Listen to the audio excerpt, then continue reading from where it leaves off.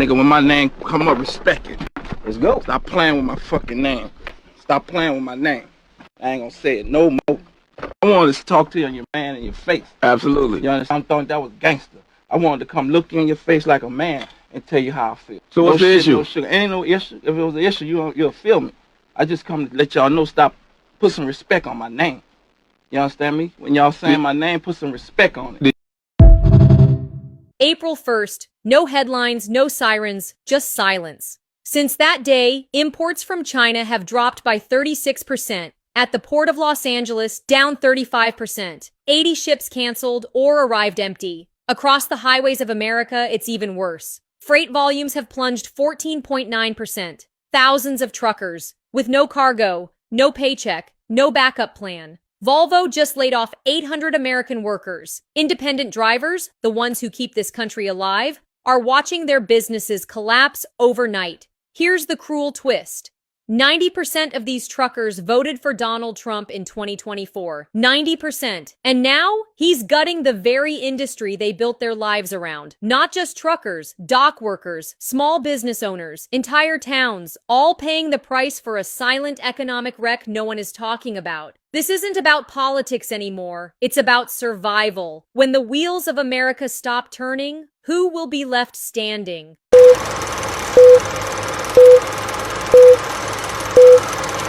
Well, the thing that I always say to a married man that comes to me on the phone, I say, your woman's cheating on you. And I know that's a blanket statement, but the moment you are more invested in therapy, the moment you're more invested in saving the marriage than the woman is, something's going on that you're not aware of. And I know that sounds like a really big generalization. Yeah. She's definitely cheating on you or using you for money, one or the other. And why I say this is because when women have a genuine interest in saving their marriage, they're calling up every therapist they know. They come on the call and they've got tears in their eyes. When the man is on the call and he's like, I tried to convince her she doesn't want to be on therapy. And I said, the reason why she stopped is because she knows she's going to go to that therapy session and lie. So when people avoid the therapy session or say it's a complete waste of money, particularly when the woman does it, it's because it's a waste of money because she knows there's something she's going on behind the back of everybody in that session that makes the therapy session a waste of time because there's nothing that she can discuss that's honest in that session. And I know that sounds really negative, but that has been... All right, people, what's going on? So as you can hear, I'm still a little under the weather. My voice is not all the way back, but I didn't want to go full AI robo voice on you guys. So that video was Sadia Khan. I've shared a couple of her things before, and she's hit or miss, mostly hit. She does pretty well with her assessments of things. But what she was essentially saying is, in her line of work, I think she's a marriage counselor or something like that, or at least a psychologist. She's saying that when the man comes to her, and it's the man wanting the marriage counseling and not the woman, typically she's thinking that the woman is cheating and that the marriage is already fried because normally it's the woman who wants the counseling. And she's right. Typically in a marriage, the woman is the one who wants to do the whole counseling thing. You know, even though women file for 80% of the divorces, you know, between lesbian relationships and heterosexual relationships, women are filing for like 80% of all divorces. And typically in male-female relationships, the women are filing for those divorces, even though they are the ones who also initiate almost 90% of the marriage counseling. They're doing that because they're maneuvering. Now, Sadia is talking about a man coming to her wanting counseling, but the woman not wanting the counseling. And that happens when the woman doesn't want or need to maneuver in the relationship. And what I mean is, if a woman is in a relationship and she sees that the man is disconnected, you know, the relationship is possibly falling apart, what she'll do is call in a referee. She'll call in a marriage counselor and they'll say, hey, we need to go to marriage counseling. We need to talk about this. She's trying to buy time, right? A lot of times a woman will be in a relationship, marriage, and she won't have kids. So she needs to extend the marriage clock long enough to get some kids. That way, when the marriage ends, she gets child support or she gets, something out of that. A lot of times they'll have kids and the woman will say, well, I've been out of the workforce for a while. I need to get alimony because I don't want to go back to work. So they will go to the marriage counselor and they will try to, get something going on in the marriage, right? They'll try to get some sort of schedule going on. She'll start giving the guy more sex. And then all of a sudden they have a kid. the marriage clock is extended, 3-4 years, and then the guy's been at work. She's been doing everything with the kids, signing them up for daycare and doing all the doctor's appointments and yada, yada, yada. Everything is going good. And then boom, out of nowhere, she wants to get a divorce. And the guy's like, well, I'm blindsided. We were doing so well. We had the marriage counselor and we were going to therapy. The woman just needed time to maneuver. She needed time to get you where she needed you. Now, when she detonates the relationship, she's going to get child support, right? If she had another kid, she'll get double child support. If she's over a certain amount of time in the marriage, in certain states, I know like in California, like 10 years, she's going to get lifetime alimony. I don't know all the laws, but a lot of times women simply go to marriage counseling so that they can maneuver and then they can get themselves in a better position to get more alimony, more child support when they detonate this relationship. Maybe she needs to get the house. Maybe she needs to make sure that she gets certain assets. Women know what they're doing when they file for divorce. They even know years ahead that they're going to file for divorce. And marriage counseling is a tool. And they normally use that tool to sculpt the relationship the way they want so that they can extract certain resources, the house, the car, the kids, whatever. So like Sadia said, she's 100% right. If a woman is not fighting for the relationship, she's already checked out. She's cheating. She doesn't need to maneuver. She's either gotten the kids out of you, or she knows what she's going to get when that relationship comes to an end, or she might just not care, right? It's a cold world, but it is what it is. So I'm not going to hold you guys too long. I'm going to let the AI take it from here because my voice is already given out, but you get the point of what I'm saying. All right, enjoy the rest of the video. Peace. I texted my boyfriend this morning and I was like, do you wish that I did this for you more often? And he was like, get out of your head. Get out of your head. And I was like, you know what? Yep, I'm going to go back to bed.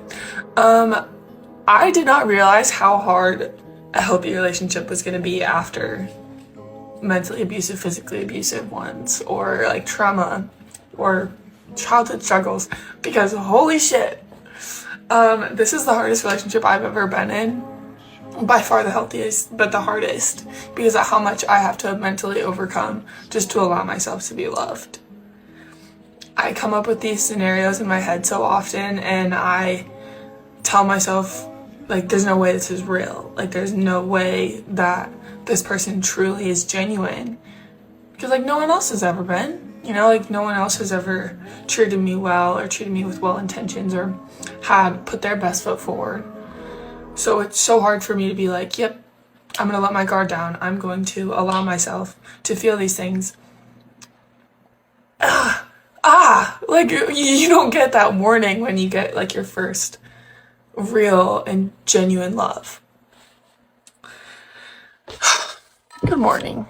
Let's break this down with full honesty, because too many men are out here ruining their peace, their focus, and ultimately their futures by trying to love emotionally damaged women into stability. What we're looking at in this clip is a textbook example of emotional instability being offloaded onto a man who didn't create the damage, but is now being held hostage by it. She literally admits to waking up and texting her boyfriend about a hypothetical insecurity, asking him if he wishes she did something more often.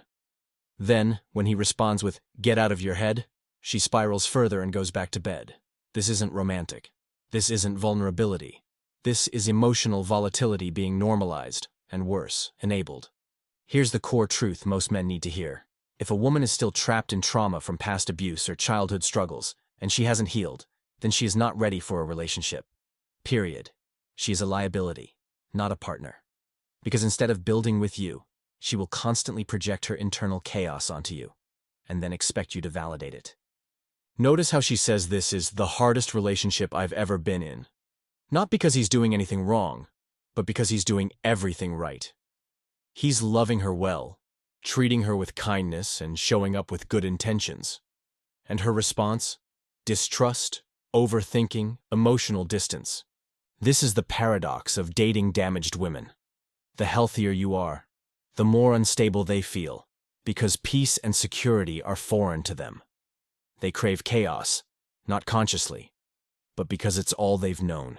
So when you give them stability, they reject it. And that stress, that anxiety, it gets passed to you. Now you're walking on eggshells. You're getting dragged into her internal war. And eventually, you're the one who pays for a crime you didn't commit. And here's where male accountability comes in. Men who date damaged women thinking they can fix them are enabling the cycle. You are not a savior. You are not a therapist. And trying to be one will burn you out, drain your energy, and leave you resentful. The fantasy that your love can heal her is one of the most dangerous lies you can believe. What you're actually doing is subsidizing dysfunction and normalizing emotional imbalance in your relationship. A healthy relationship requires two whole people, not one person bleeding and another person bandaging. That's not love. That's trauma bonding. And too many men, especially good men, walk into these situations with the best intentions, only to come out with emotional scars of their own. So what's the move? If a woman tells you she struggles to trust, that she creates fantasy scenarios that stress her out, that she's constantly doubting your sincerity because of past relationships, believe her. And then walk away. Because if she hasn't put in the work to heal, that work is going to fall on you. And no woman is worth sacrificing your mental clarity, your focus, or your purpose. Men, choose peace. Choose stability. Choose women who are ready to receive love, not ones who weaponize their past to poison the present. What is one privilege that men have that women don't? Men's sports teams are better funded than girls' sports teams in schools. If that's a fact. In high school and college? In both, in high school and college and NBA. This is why you're incorrect. Number one, there's a law in place that in college sports, female sports have to get the same amount of funding as male sports. The WNBA is the only business that's negative every single year. It's subsidized by the NBA, okay? So it's a privilege that the WNBA still exists even though it is a negative business. It makes no money. And it loses money and the NBA subsidizes it. So please explain to me how the WNBA players still get a salary of 6 figures a year while they're negative and don't generate money. And you know, because we live in a society that loves men, that wants to see men in all forms of positions. So when men are playing sports, we're going to watch that more often than we're going to watch women's sports. Okay, let me ask you a quick question. How many WNBA games did you go to this year? I've never been to an NBA. Let's just get this out of the way. Women know the gender pay gap is a myth. They might not say it out loud, but deep down, they know it. They've heard the arguments. They've seen the data. They just choose to ignore it because playing the victim has more social currency than admitting reality. The idea that companies worldwide, especially profit-driven corporations, are just willingly paying men more than women for the same work is ridiculous when you actually think about it. Imagine being a CEO, trying to increase your bottom line, and knowing that women will do the exact same job as men for 20% less. Why wouldn't you just hire all women? Why are there still men in any job at all if this gap is real and you could save millions by hiring women exclusively? The truth is, financial data and labor statistics don't lie. They're not sexist. Numbers don't care about your feelings. Economists have broken this down 1,000 different ways. When you control for hours worked, experience, job type, risk level, and tenure, the so-called gap shrinks to almost nothing. What remains is better explained by choice, not discrimination. And that's the red pill most people, especially feminists, don't want to swallow. Here's the raw truth. Women, on average, make different choices than men. They work fewer hours. They choose less physically demanding or high-risk jobs. They prioritize work-life balance, flexibility, and safety over status and income. And when they do enter male-dominated high-paying fields like tech or finance, they often avoid the most demanding specialties, or they step back when family comes into the picture. And let's address the productivity aspect, because that's the part no one wants to touch. Studies have shown time and time again that men are more productive than women in the same high-pressure fields. Not because women are incapable, but because men are willing to give more of themselves to the job. Longer hours, more relocation, more risk, less emotional labor and distraction. That kind of tunnel vision work ethic is what pushes results and innovation. And it comes at a cost. Men pay that cost with their health, their time, and sometimes their sanity. But that's what it takes to climb the top of any industry. So when women cry unfair over the wage gap, what they're really saying is, I want the same reward for less effort. I want the same title without the same sacrifice. I want equality of outcome. not equality of opportunity. And that's just not how the world works. You don't get to demand a seat at the winner's table just because of your gender, then get upset when people start asking what you brought to the feast. The gender pay gap myth is just another tool in the modern victimhood arsenal. It's not about fairness, it's about leverage. It's about manipulating public sympathy and guilt to get ahead without having to compete under the same rules. And that's not empowerment, that's entitlement. So let's stop pretending this conversation is about truth or justice. It's about power. And the more men and women are honest about that, the sooner we can stop wasting time on fake statistics and start focusing on merit. You want to earn more? Work harder, take more risks, and outperform your peers, regardless of gender. That's how men have always done it. And if women want to play in the same league, it's time they stepped up or stepped aside. Where do we draw the Consensual, line? non-consensual is what I like. I'm into that. Like, beat the shit out of me, please. So like in my relationship, like I like getting like woken up to somebody fucking me. Oh, that's nice. Like, Well, yeah, that's hot. yeah. Little spoon? Like it's consensual, but like he knows like he can fuck me like whenever. See, I never made Yeah. that consensual in any of my relationships, but it's always happened. Well, it's like consensual, non-consensual. Well, I you know found what out I mean? that like Yeah. girls are coming for dudes, like saying like, oh, like, and then he woke me up fucking me. And I'm like, I thought that was hot. part of the relationship. Like, Yeah. you know, if he's not, I'm kind of like, do you like me? My girl has such a hard Yeah. time sleeping. I just don't want to mess it up. I do too, but he does it anyways. But that's what's like, I feel like because your body's relaxed when you're like sleeping, that like your like pussy's like way more sensitive. So like, I feel like, I don't know, when they wake you up, it's like something about It, like, that. startles you a yeah, little bit, it's yeah. way more like a turn on to me. Okay. Let me spell it out for you.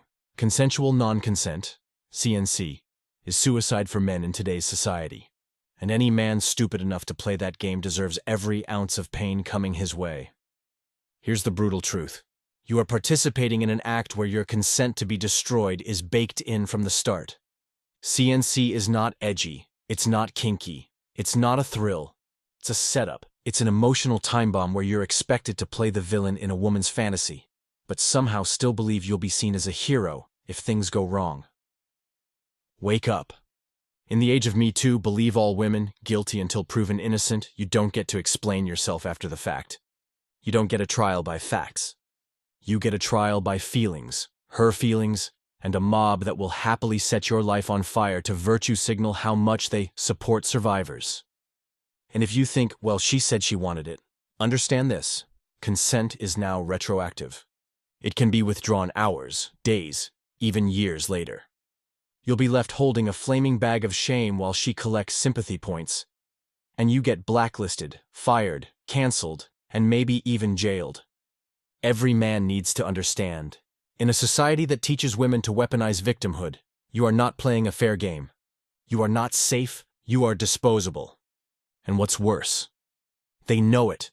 They know they can flip the script at any time. They know they can play both sides, empowered and victim, depending on whichever serves them best in the moment. You think a text thread or a signed agreement will save you? Good luck. Once a woman cries to the right audience, a lawyer, a cop, a social media crowd, your receipts mean nothing. You'll be guilty before you even speak a word. Stop being stupid. Stop thinking you're different. Stop thinking, she would never do that to me. If she has a fantasy that includes your dominance, she has the ability to reframe that same dominance as assault if her emotions shift. And guess who pays the price? You do. Red pill men don't play those games. Red pill men don't dance in the minefield just because it's fun. Red pill men lead, discipline themselves, and say no to walking willingly into a trap. If she wants CNC, you walk away. You don't negotiate it. You don't make it safe. You don't record a contract. You simply recognize what it is. A ticking time bomb strapped to your reputation, your money, your career, your freedom. You are not a sex toy. You are not a fantasy generator. You are a man. And in today's world, being a man means guarding your kingdom fiercely. CNC is not a flex. CNC is not love. CNC is not trust. CNC is self-destruction. Wake up before you find yourself another headline, another hashtag, another cautionary tale. Protect yourself. Your future depends on it.